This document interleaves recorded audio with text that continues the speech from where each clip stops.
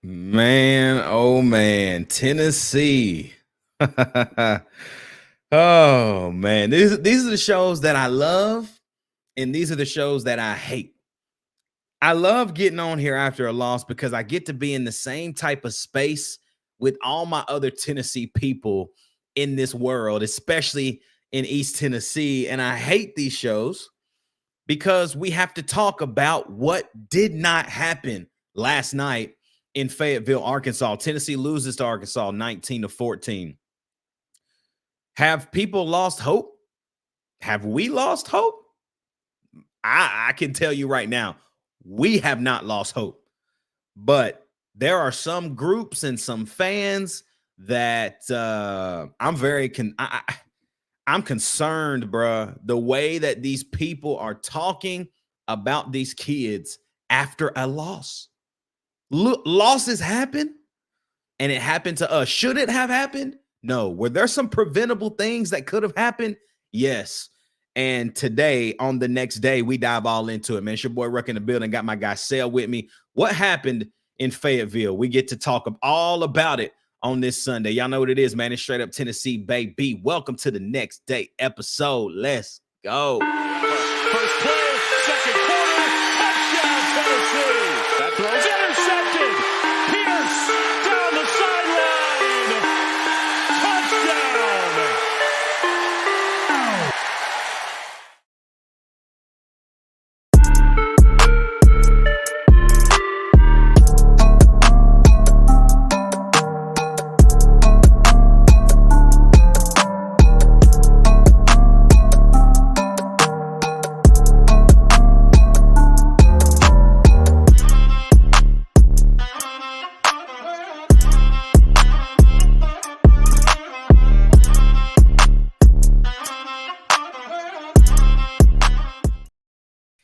What's good? What's good? What's good, everybody? So, y'all see Sale, man. Sale hurting, man. Sale hurt. But y'all, man, welcome to Straight Up Tennessee today on a Sunday, the next day show, Arkansas week. Man, it just it was ugly, man. It was ugly, bro. It was ugly. Let's get into it, man. It was ugly. And, you know, before we even get into it, Sal, I got to welcome the people. What's up, chat? What's up, Straight Up Tennessee family? Y'all know what to do, man. It's the top of the show. Like, comment, subscribe. Hit the bell notification, man, right now so you never miss an episode. Climbing still, guys, over 1K. Let's get to 1,100 before the end of this home stretch, man. 4 straight at home, Sal. This is what I think you can hang your hat on. Is you got 4 straight at home, and you better not lose one of them. I mean, like, it's really that simple. Like, yes, you got a Florida team who's not very good, but they're about to play us as best as they possibly can on Saturday. But I feel bad for Florida a little bit as well, because this had to light a fire, which we'll talk about. We'll talk all about that.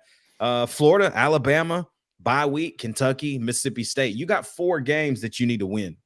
You got 2. You got another bye? We got another bye? Yeah, 2 byes now in 2024. You get 2 byes now with the extended season. So so you got Florida this Saturday, Bama, bye, Kentucky, Mississippi State, Georgia, UTEP, Vanderbilt. So, man, I wish that bye was after Arkansas. I don't know. Just before you go on to this side, let's start here.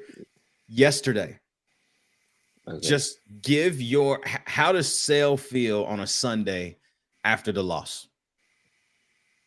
First up, what's up, Straight Tennessee fam? This is not how I was hoping to hop back on after my honeymoon, my wedding, and everything, man. But nothing is worse than losing a game you shouldn't lose. And I think that's what pisses me off. Does it help a little bit that Bama lost to Vandy? Yeah. But, hey, this might be the longest episode we done had, fam. This is going to be. I know it will be. I mean, let me say what's up to the chat real quick. My boy Dylan, what's happening, my brody? He says, we're still at 8 in the AP poll. It ain't over yet. But we better tighten up ASAP. What's up, Chris? Can't wait to see you this weekend, Chris, bro. I cannot wait to have, man, we tailgating all day Saturday, so we finna be. I was down, but now I'm we finna be up. Chris says, yes, sir. Got to get that offense going. I mean, that's something I that's the want to whole talk thing. about too. We're gonna, man, we have so many. I have so many points to get to tonight. It's gonna be a long show, y'all. So, Adrian, what's good? What's up, my boy? Happening? Good to have my boy Adrian in here. Dylan says, congrats against Sale. Hate, this is the best present we could get you, bro. Yeah, man. I think let me give you how I feel. You tell me how you feel. I mean, last night, you know, I think when I decided and me and Turn decided, man, let's start covering this team. Let's start this thing. And what are we going to call it? Like, I'm like, you know, we love Tennessee. We straight up Tennessee. And Turn was like, that's it. Straight up Tennessee. Like from the conception of this. And we started to say like, we're not the media, but like people come to us for information, right? Like it's kind of like that. I said from that moment on, I have to stop caring so much about what necessarily happens in the games and the structure, the flow. Like I have to kind of learn how to be level-headed. Last night I was pissed off, y'all. I just got to say it that way. I was hurt. I was pissed, but there was a moment of realization that said, this is what like this voice in my head said was, this loss typically happens in November. And it typically happens in November for us. We typically have Octobers where people are like, bro, this team is unbelievable. And that was the first game in October, and we took an L. Typically, this loss happens when we're 9-0, 9-1. We're fighting for something, and we fumble the bag. Where instead, you're 4-0, you're coming off a bye week, which the bye week, what kind of stuff were we doing? Like, what were we doing? I've never seen a Heupel team come out this flat after a bye week. I just never. And Dylan Sampson has something that he said in his post game that I'll talk about in a minute. But I saw that.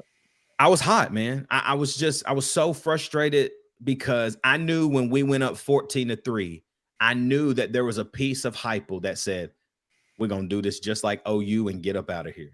Man, what happened to keeping the foot on the neck? Man, did they not? I thought that was going to be the slogan for the year, but what we talked about a couple episodes ago, that same Butch BS and Fulmer, just that playing. What is it saying? Playing not to lose instead of not playing to win. It's like, come on with that conservative crap, man. Run it up. Let's come on. Like, and I think, and again, this is another point we'll talk about. I think this was the wake up call. I think we were getting national praise. We know how good we are. I think those kids know that they're really good. Like they know they got a really good team. And I think we are. I really still do to this day. I think we are, because you don't go do what you've done in those first 4 games. I don't care who you're playing, bro. Ask Ole Miss. Ask Ole Miss. Ask Alabama. like ask Michigan. Ask USC. Ask Missouri. Ask everybody that lost yesterday, man. Like, there are still good teams that took L's yesterday. You mean to tell me Alabama ain't better than Vanderbilt 364 days out of the year? Yeah. Like, that's the type of thing that just it haunts me. Just it feels very much like NCAA basketball last year, where it might be wide open. Ain't no clear-cut, just dominant team right now. Nope. And that's why in football's different, because you do have less games and you have less margin for error, right? Yeah. But everything's right here in front of us, Sal. I mean, everything is still there, bro, because you got one loss. Of course, you don't want to lose that.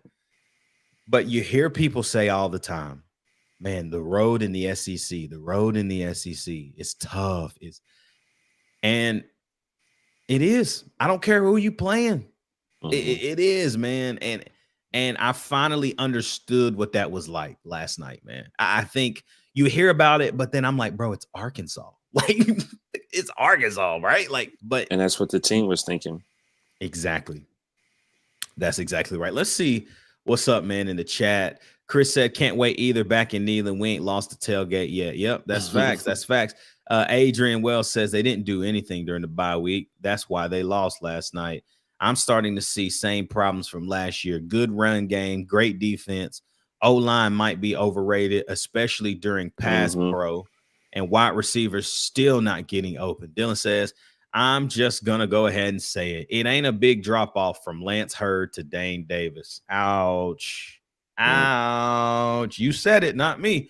Adrian said, where's our pass game? Man, So, let's just dive in, man. Let's talk. Before we talk offense, let's just talk defense. Okay. I think Arkansas played a completely perfect first 2 quarters, and they only had 3 points. So, I mean, could you have asked for a better opening drive to go however many plays, 9.5 minutes, and the only thing you had to show for it was 3 points? The defense continues to hold up, man. Yes, they shouldn't have. There's a lot of plays on that drive that we could have prevented, but we were not lined up. And that kills me. Why are we not lining up? We've not had this issue communicating on how to line up. We got a 26-year-old Polynesian prince, and we couldn't get people lined up. Like, that's infuriating, bro. And that is what happened on 3rd and 7. We can't get lined up. Everybody's wondering what the heck's going on. Peely drops back into a zone, like zone flat type vibe, and Armstrong's running across the middle. Like, that's just early stuff in the game that pissed me off. But like now, you go back and you look at it, and the defense played dang good enough for us to win that game, and the offense couldn't score points. Defensively, what stood out to you? Are you happy? Because I am. I'm proud of this defense. James Pierce was back. James was in his bag, but he made a couple of first game coming that I was like, there he is. That's that first rounder. There he is. Exactly. He showed up. All right. So this is my outside of Pierce. I give Pierce's praise from all. He did what I needed him to do finally. All week, y'all been talking about this is a linebacker game. Them boys was so confused on all the misdirection back there. I was just like, my goodness, getting cooked. My question to you is this. Was McCoy getting cooked yesterday, or was that just great, just ball placement across the field? Bro, like I told you, Taylon Green played the best game he's ever played in an Arkansas uniform. In any uniform, probably. Everything you hear about Taylon Green is he's not accurate. He's not accurate. And you see it. Arkansas left a ton of points on the field because he's throwing terrible. He left a touchdown in the flat because he threw it in the ground. He literally threw it in the dirt. Some of those throws where Jermod is, bro, we couldn't have been closer. You couldn't have been closer. Like when you sleep at night with your wife, you couldn't have been closer. Yeah. He didn't get the ball is getting dropped. Now, a couple of them he didn't get his head around on. What is your opinion? I mean, he was there, though. I mean, step by step. I mean, Kirk said it. He's like, what else can I do? That's the thing. It's like, yes, you can turn your head around, but then what happens is this.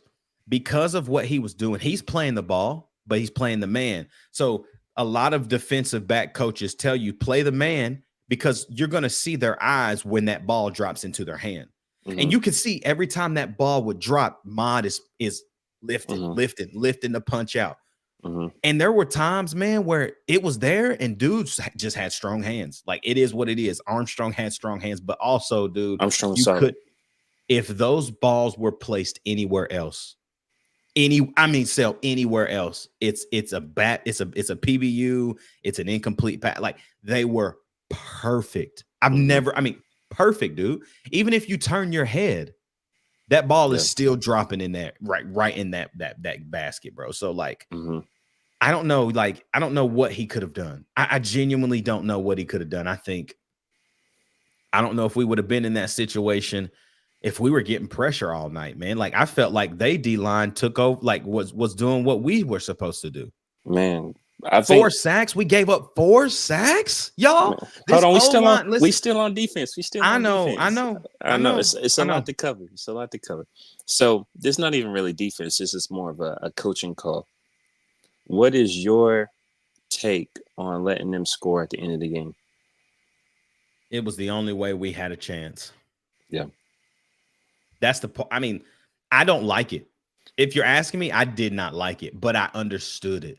Yeah, I did too. It's funny because we were talking about that earlier in the day. We was talking about, I don't remember what game it was. I was in the group. I said, what's your opinion on how to use the timeouts with the 2-minute warning now?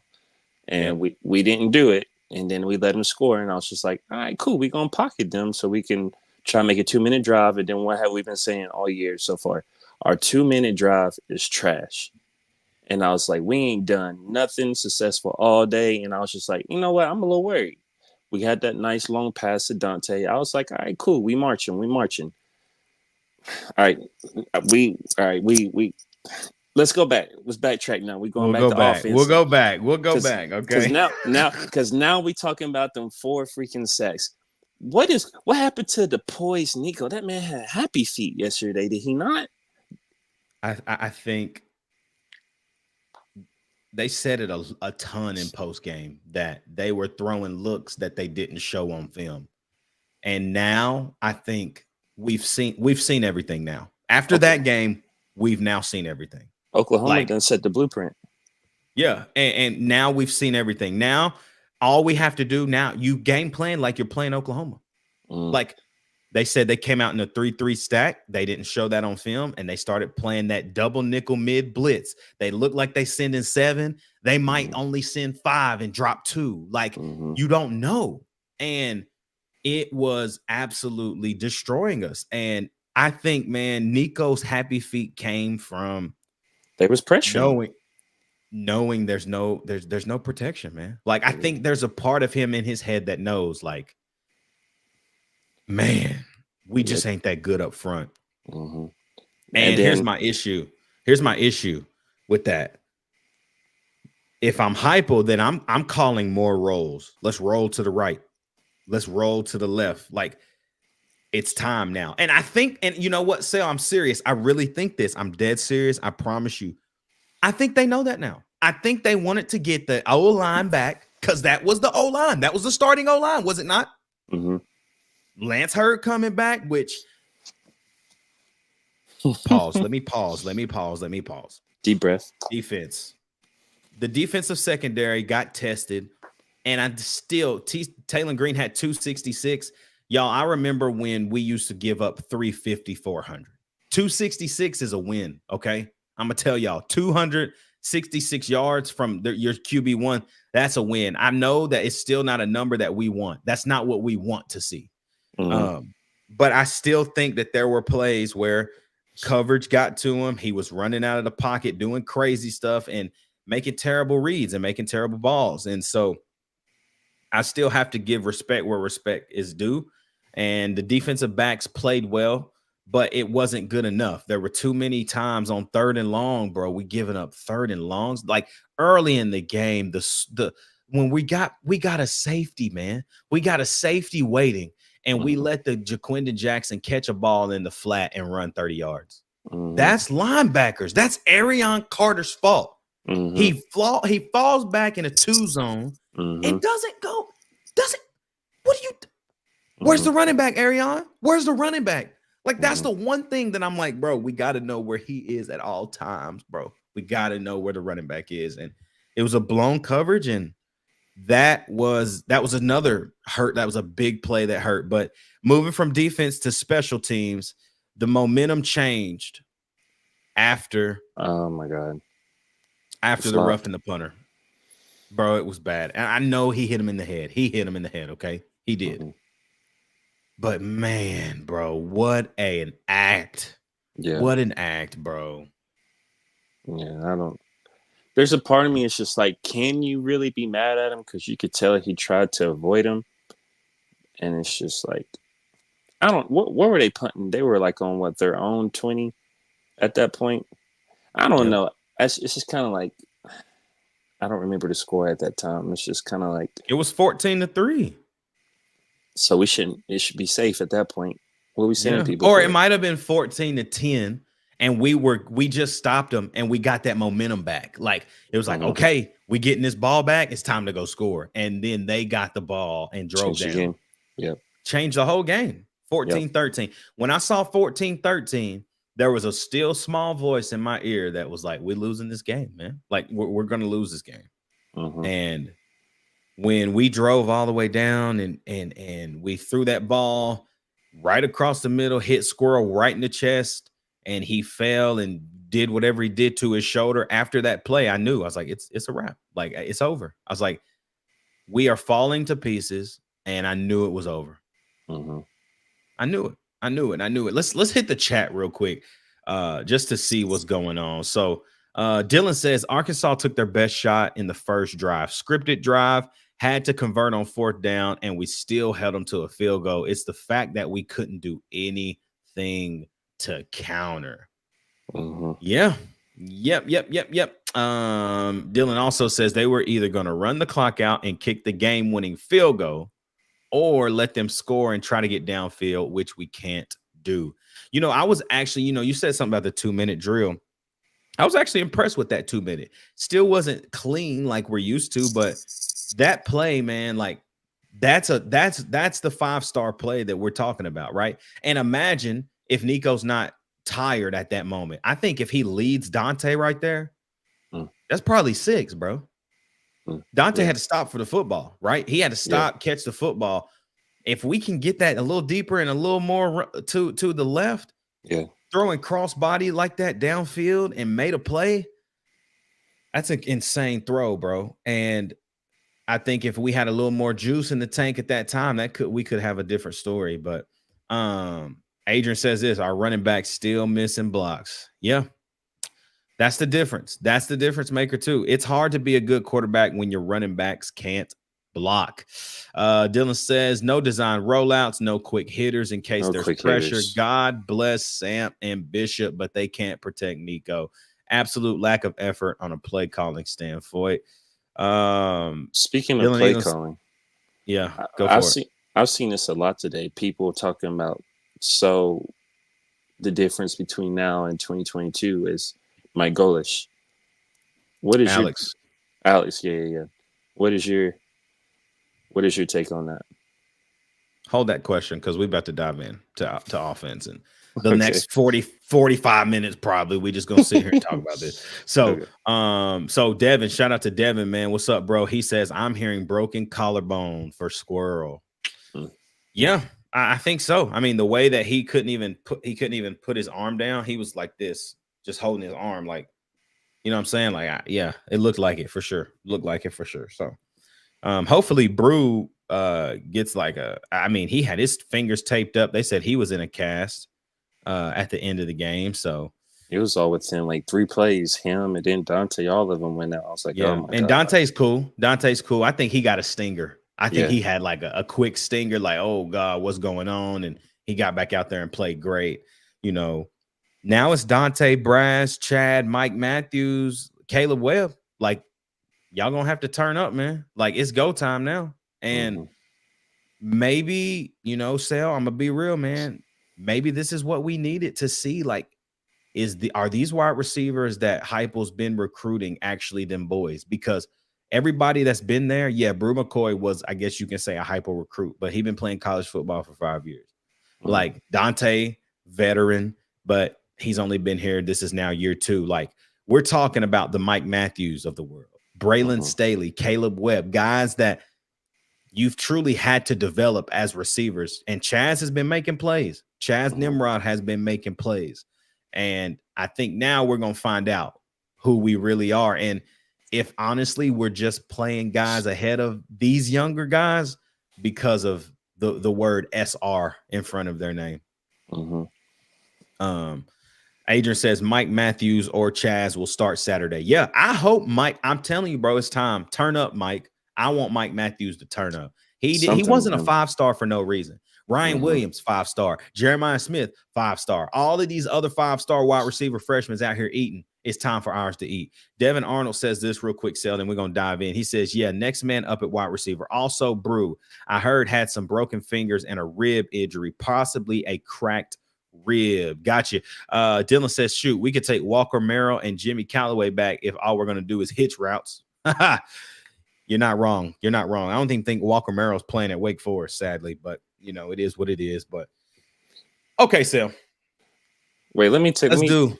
So let me wrap this segment up that we're talking about with the wide receivers. For those that are bashing Nico, is he young? Yes. But like, look, when they change the view of the field, look at the wide receivers. If there's anything open, it's not all on Nico. There's no space. No, and yes, if you've not seen the clip surfacing of the last play of the game, nobody was open. Well, there was a guy open. But this is after the fact that Nico bailed. So his first read was Holden Stays. If you remember the play, we're all out there. Holden Stays is running kind of a wheel route on the backside on his left side. It's not open initially, so Nico kind of got just a little antsy and rolled right. As he's rolling right, Holden Stays. So I mean, I also have to send you the video if you haven't seen it. All right. He comes wide open, kind of in the left center of the end zone. Left center, like kind of by the left side of the goalpost. I mean, wide open. And I think it was a tough throw. Let me just tell you that. It was going to be a tough throw. Rolling to your right, throwing back across your body this way to make that ball. It would have been a tough throw. But you got to give somebody a shot at that type of, like, I'm tired of seeing people say, man, Nico's Joe Milton. No. We saw Joe Milton do this so many times. We talking about an offsides penalty, and Joe Milton runs the ball on an offside, doesn't even take a shot. Like, Nico doesn't do that. Literally, we scored on a play against Kent State when it was offsides, and Nico snapped it, threw it to Brazel. It was a touchdown, right? Like, he's not making those mistakes, but on the last play of the game, man, and I know, Sal, if I'm Nico, fam, I'm gonna be real with you. I probably would have done the same thing. Like when you get pressured late and you're just like, man, I gotta make a play. And you don't want to force a play, right? But you feel like you kind of have to, but you still want it to make sense. Like, I couldn't explain what I would do in a moment like that because I'm never gonna be in one. And so I can't say you can't do that. That's terrible. But Nico said in post game, like, you know, I saw Brazel come open for a minute. I wanted to make the throw, but the ball ended up slipping out of my hands, and I knew like I couldn't make the throw. And so he said he tried to make a play, and the ball slipped, and he knew he couldn't. But let me just say this before we dive in fully to the offensive just debacle that we've seen in the last, I guess you could say, game and a half, but I don't really even think Oklahoma was a bad offensive game. I think we did great things in the first half. We hitting people down the field. I mean, like, if anybody says OU was a bad game, you tripping. You really tripping. Like, because that whole first half, we could have probably replicated it in the second, but we knew the defense was playing so good because Oklahoma's offense was just they couldn't do anything on us. And so we took the conservative route there, but there was no excuse for that last night at all. We couldn't do that with how much firepower they had offensively, at least running the ball. Like, we've been out on the field a lot, but I wanted to say this to start it off is every single person, every single coach, every single analyst, every single sideline analyst, every single graduate assistant, and every single player on that team yesterday, at some point in the game, was just atrocious. Everybody was bad. I mean, from drive number one, Sal, there was a point in the game, fam. Arkansas had 34 snaps, and we had 11. We only had 3 drives in the first half, I think. 3 drives. Sal, you're not going to win any games like that. And you have to win as a team, and you got to lose as a team, and everybody played terrible. Well, you just have to say it like it is. There was no continuity on the offense at all. And when you continuously are getting thrown off sides by people just shifting to the right, Lance Hurd, let's go in. Let's just talk about it. Lance Hurd don't want to play football, man. He don't want to play football. They pulling him on counters, and Dylan Sampson is having to push him in the hole. He's pushing him in the hole. Get off the block and blow somebody up, man. Blow somebody up. You 6'5", 437,000 pounds, and you can run a 4.9 40. Why are you so slow when you can do that, Lance? Lance, you haven't played in 3 weeks. You should be the most rested player on the roster, but instead you out here looking lazy. Every play. Can't breathe. Come on, man. Come on, man. When my running back is having to push you in the hole so that he can get an extra yard, that's not how we do things. That's not how we got to do things, man. We got to strain, man. And Lance Hurd, man, just was not good yesterday. Was not good. John Campbell. Boy, I love me some John Campbell. But your knees is as bad as my 75-year-old grannies. You're not finishing games, and I love John. He's done so much for us in the last 2 years. He's brought that dog-type mentality, but he's not healthy. And it's not helpful if you're playing and you're not healthy. It's not helpful. Like, you being just another body on the field is not helping anything. And so this is a worldwide straight up Tennessee notice to one person in particular, and that's Glenn Ellerbe, the offensive line coach. I have yet to see an offensive lineman that you have developed play a rep in meaningful time at Tennessee. Cooper Mays was not recruited by y'all. Javonte Spraggins was not recruited by y'all. Darnell Wright was not recruited by y'all. Cade Mays was not recruited by y'all. We are getting transfers and Pruitt guys that are still playing offensive line, and I ain't seen one person that we have recruited play in meaningful snaps. That is concerning, because next year, you got a 5-star tackle, David Sanders. Shout out to David Sanders. But is he going to be a bust too? Is he a 5-star bust because he can't get developed? Because, Sal, I'm concerned. We got guys on the staff. We got guys that are on the team, on the roster, recruited by this staff, Glenn Ellerbe specifically, who haven't played a down in meaningful minutes. What happens next year, Sal? That boy Nico's going to be ran for his life. Cooper gone. Yep. Sprague gone. John gone. What are we going to do? To be honest, I'm disappointed in them now. Something has to give, man. And the O-line got cooked all night. Four sacks? And everybody complaining, well, Nico needs to run. He did. He out there running, trying to do something. You can't run every play. Like, every time you are dropping back, you can't just say, run, Nico. That becomes Jalen Milroe type stuff. And Nico is not Milroe. Like, Nico wants to make the pass.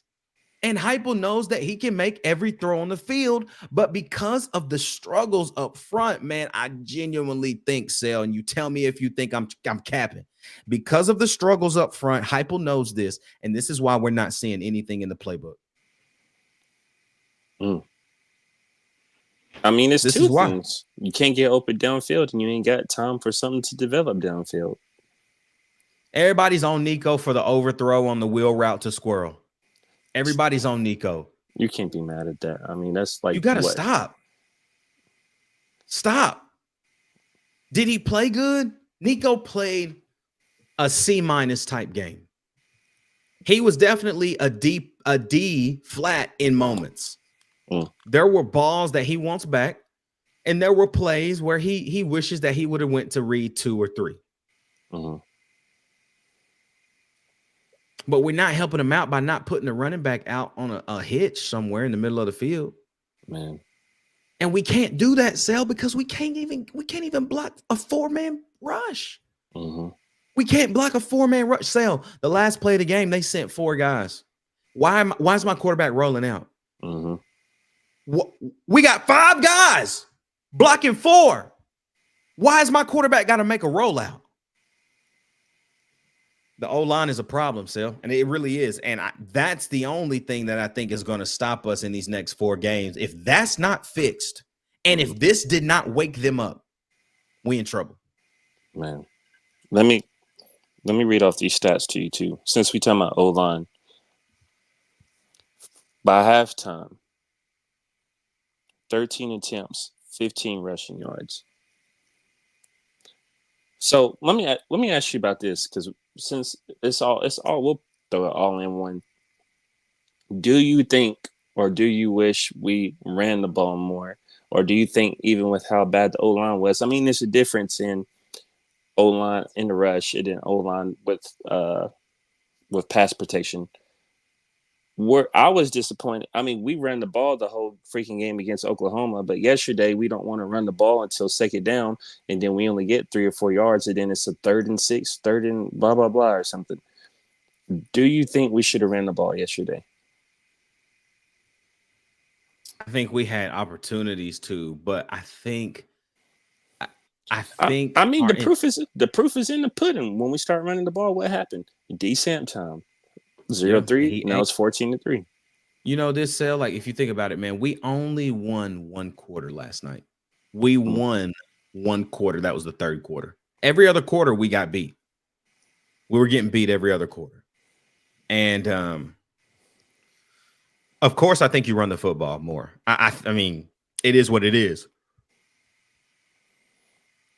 But I also think it's very situational, right?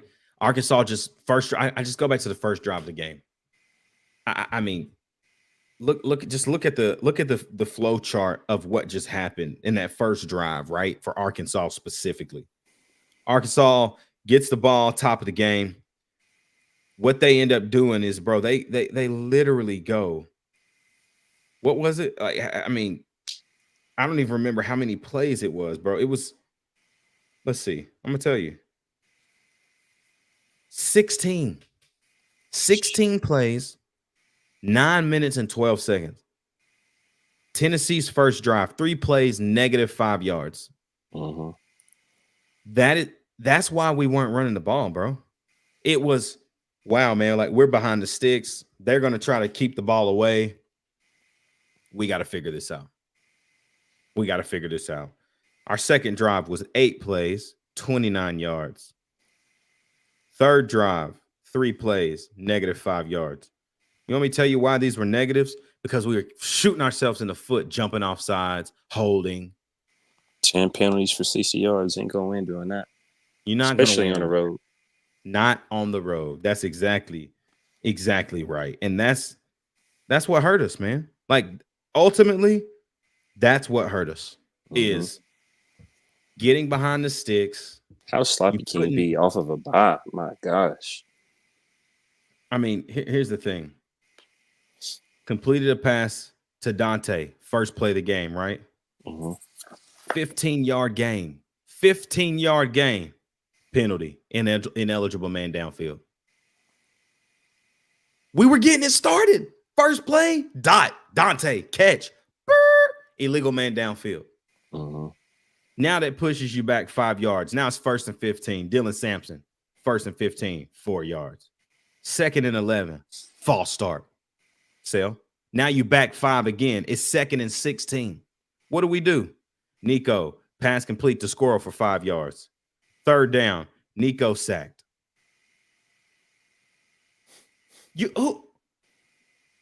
What are we going to do?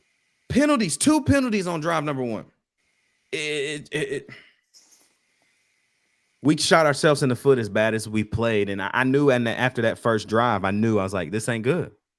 This ain't good, man. Like, we're in a bad position, and the penalties are what kills us. And why was it Lance Hurd and Andre Carrick? It's mind-boggling, man. That first half It's frustrating. That first half is the worst half of football I've seen since Pruitt. And to be down 3 points, Sel. I know, on the road. We were down 3. The offense needs a renovation. It needs a. I'm praying that was the wake up call for Heupel too, man. Like, I got one play specifically I want to ask you about. Yeah. I can't remember what quarter it was. I want to say third. It was 3rd and 11. I want to say we ran. Oh man, I gotta find it. Let me see if I'm trying to jog a memory at all. I want to say it was third quarter. It was 3rd and 11, and I want to say we were in the middle of the field.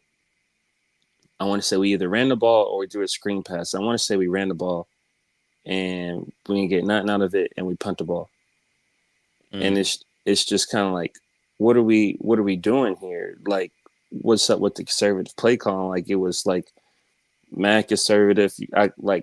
It wasn't even like we trust the defense. And I don't feel like I'm describing it well enough. I'm gonna have to find it on film and send it to you after we get off of here. And I might bring it up to you later this week to see if you remember. Yeah, you'll have to, because there are many instances where I was asking, what are we doing? Mm-hmm. Yeah. It's like when we get it, I thought when it was 3rd and long, man, like, I don't care who you're playing or where you're playing, but like 3rd and 12, like, I'm at least throwing the ball 12 yards. Something. But we running it. I get it. Like, Heupel plays the numbers game, man. Like, if the box is light, we're going to run. But like, at some point, I mean, you got to throw them numbers out the window, bro. We got to go win a football game. There was a bunch of 3rd downs, 3rd and 6, 37s, and we running the ball or something. Not even. Here it is, Sal. Here it is. That was it. Dylan, do you remember when that was and where we were? Yeah. Throw that in there, Dill. Let me see this real quick. Dylan Elam says, it's been 3 years. Only O lineman that looked decent from his staff is Sham Umarov, and he's got a torn ACL. Yep. Adrian says, Lang, Satterwhite, Perry, etc. better be ready soon, because we need to see our future O-line. Dylan says, I'm just scared the offensive line is going to end up like last year's secondary, full of dead weight, and we have to cut ties with everybody to bring in new talent. But unfortunately, we can't kick Ellerby to the curb if it comes down to it, because he's best buddies with Hype. Hey, man, I've had to cut my best friends out of my life sometimes. And it is what it is. I really did, bro. I had a best friend growing up, played basketball, football with him forever. I started living one way. He's still living like he's 4. I got to cut you out of my life. And I got a team that I'm trying to put on a national championship, and you are holding me back. I got to cut you. You my homie. You still my homie. But we can't do this together no more. Not right now. And I mean, that's the kind of conversation that it would be. I'm not saying cut Ellerby. I want y'all to hear me say that, but he gonna have to do something for me. He gonna have to do something. So, Dylan said 3rd down defense is soft as bread pudding. I would agree with that. He said mid to late 3rd quarter. Okay. Yeah, I'm gonna find it. I'm gonna send it to you. Do that. That was a huge red flag for me. I was just like, I don't even know what Heupel is doing right now. I was just like, what is? There was so many times they cut the camera to him, and this man was just stressed. Like, he didn't know what he wanted. You could tell there was that late in the 4th quarter. You could tell. I was like, Heupel don't know what he want to do. He not prepared right now. Yeah, I was like, them boys need to do some situational, some practice or something. Man, I mean, after everything we've said today, after everything, all the hurt, the frustrations, the Nico slander, Tennessee has the best and the worst fan base in the country. Oh, yeah. I'm hearing way too many negative things about the kids on the roster. Like, y'all know when I get on here and I say Lance Hurd, he gonna have to figure this out. John Campbell, old knees hurting. None of that is wrong. And I'm not dogging the kid because I still believe in them because they are better than what they showed last night. Mm-hmm. But there are people out there, man, that if kids saw this, I would say, I know why you transferring. Because Bubba Jones from Harriman think he know what's happening in football, but he's just slandering you. Like all of the comments about we paying Nico $8 million to play like Joe and Nico Garantano. It's just, guys, are y'all serious? Because I don't see anything. Like if we're basing Nico's play off of one game, if this continues, right, that's different. But I can't say that there's been another game that Nico has just been abysmal. I cannot say that because he didn't even play bad last night. Well, that's the thing about our fan base too, is if anybody's going to jump on the hype train, it's going to be us. And it's just like yesterday shows that he's a 5-star, but the man is still a freshman on the field. Yes. It's going to be some growing pains out there. And you know what? Like you said, it's kind of a blessing that this type of loss comes early than it does late. And, you know, to be honest, I'm going to make it, since I'm a hooper, I'm going to make it kind of like my perspective through a basketball lens. This is one of them type of games that you lose maybe in November in a Thanksgiving tournament or maybe January, February, late or something, kind of that mid to late part of the season that flips a switch. And it's just like, okay, that's our wake-up call. We're gonna learn from that. And that's going to be one of the games that prepares you for later down the season.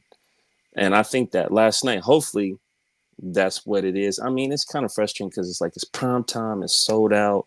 Like, you got to know you are a top 5 team in the country. There's a target on your back for the rest of this year. There's so much hype around the program, but hopefully this will. I mean, at the end of the day, they're still kids, and it's just like, man, y'all got to wake up. And there's if you want to do what you want to do, you got to show up every single day. And it's just like, what's up? I'm just thinking now too. I'm thinking back to when I played. I'm thinking about this. Like, think about it this, man. Like, you remember that game that you did lose, how it brought everybody together. And then the next game, y'all was like, get back right. And it was just like, that Florida game might get ugly. It might either be really close or it might get ugly. I'm going to be honest. After what I saw on Saturday, number one, it can't be worse. It can't be worse. It can't be worse. And it's a get back game, bro. I promise you. Back at the crib, checker kneeling at night. Yep. Florida's just not very good. It is what it is. Florida's not better than that Arkansas team we played. I promise you. They ain't better. It's a get back right game, Sale. And I think Heupel's got to throw out all of the analytics and stuff because he's a numbers guy, man. Like, he's looking at analytics to make decisions. But I'm going to say this. I think that's thrown out the window because this is a rivalry game. He knows how much this game means to Vol Nation. And you can't come out at home at night, ESPN, 7 o'clock kick, checker kneeling, and just run the ball for 4 quarters and not let Nico cut that thing loose. Bro, I would rather see incomplete passes broken up by defenders than to not see a deep ball thrown at all. So do you think, since the season is that much longer now, do you think Heupel is still trying to be vanilla for those bigger games? Is he not the offensive genius that we have him to be on a pedestal? Like, is our playbook not that big? Like, what is going on? I think people now kind of know what to do. And so we've got to continue to do what we do. We've stopped doing what we do because we think that people just figure it out. Can I tell you that Squirrel was open on the wheel route again, folks? He was wide open. We just missed him, right? Like, that route still works. Keep freaking running it. Just keep doing it, right? I guarantee you, if we would have sub Squirrel out, put another guy in, run the same play, it would have been open again. Opposite side of the field. I promise you. That's what we would do in 2021 and 2022. We'd run it once, we would throw it, and it wouldn't be there. we'd run the same play again, right again, dude. Mm-hmm. And then it's a hit. I mean, how many times did we run go balls to Cedric Tillman in 2021? It was a drop. And then the next play, we run it again to him, and it was a catch. The same play. Sale, last year, Florida, we ran seams, threw it to Dante Thornton over the shoulder. He dropped it. Mm-hmm. Next play, same exact play, catch. We haven't done that all year. You're right. You see what I'm saying? Like, it's just time to say F it and let's go, man. Like, we have nothing to lose now. We gotta go and put it in. We gotta go play for it. Because if you play like you have nothing to lose, then you're gonna go out there and execute and play at a higher level. Because at the end of the day, man, look, playoff wide open. We're still in the playoff at this point. But you definitely gotta beat Florida, and you better beat Bama. Yep. Got you. You better beat Bama.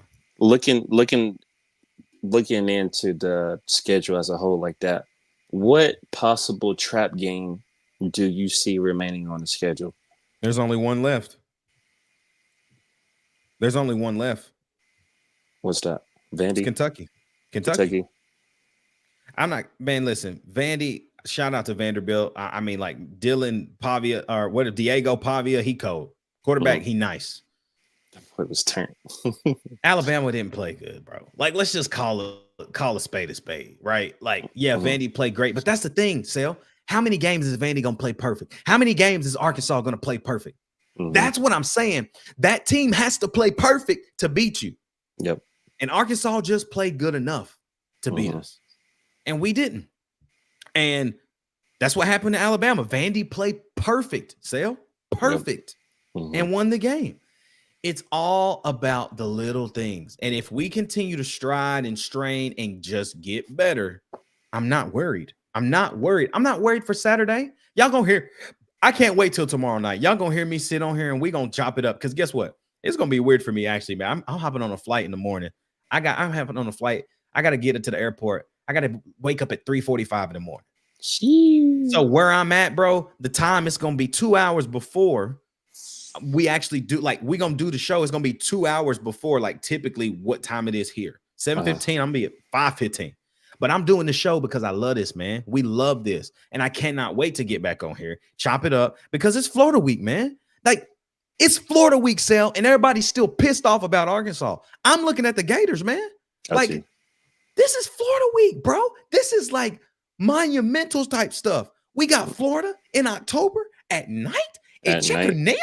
It's lit. It's up. Like, we up. This tea that I got wrong right here. Like, we rep that, man. And now it's time to move on. I flushed it. This show helped me. 52 minutes. This helped me, Sal. This just helped me. Because now I just remembered we got Florida on Saturday. That's what you live for. This is the games you come to Tennessee for, to fight, to bully a team like this, because they are not better than you, Tennessee. I'm telling you right now, nothing that they do is better than you. But guess what? They can beat you.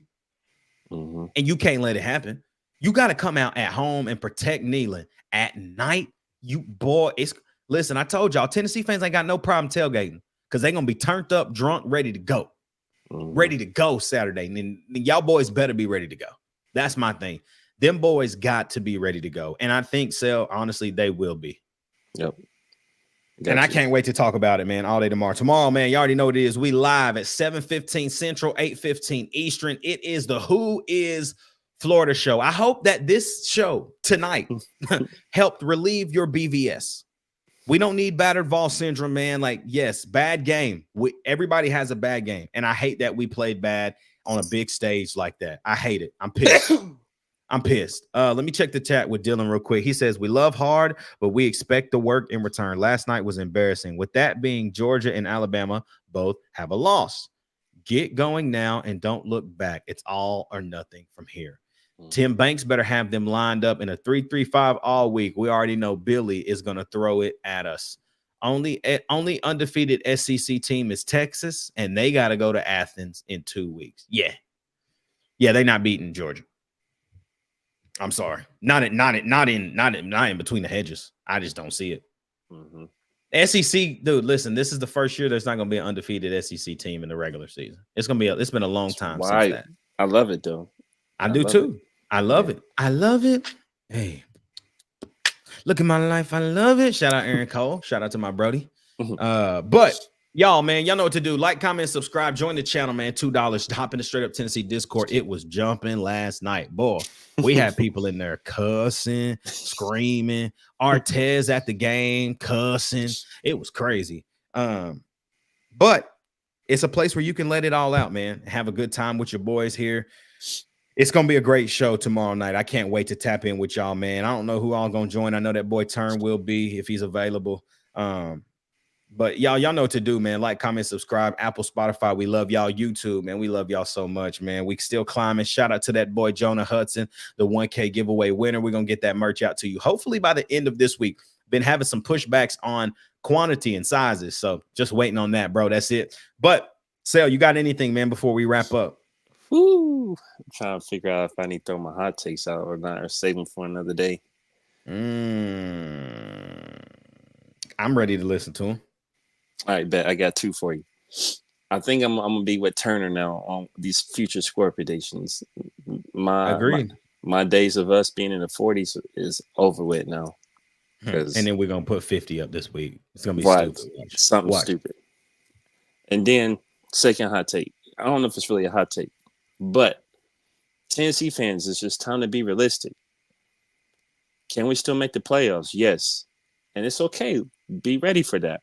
But this year is a building block for next year, and it's going to be a lot of flipping in that. But we can still make the prediction. Don't hop off the bandwagon yet. There's a lot of football left. Yep. A lot of football left. Yep. I think that the playoff has everybody thinking like Tennessee is going to win a natty. And I never thought we was going to win a natty this year. Like I've never even had that cross my mind. But I've like, let's get in the playoff win. I just wanted one playoff win. Just get me in the playoff. That would be awesome. And then next year, let's see what we got. So we love y'all, man. We'll be back live tomorrow night on YouTube, Facebook, 7:15 Central, 8:15 Eastern for my guy, Sel. It's your boy Ruck in the building, man. We can't wait to see y'all back live. It's Straight Up Tennessee, baby. We'll see you tomorrow night on the Who Is Florida Show.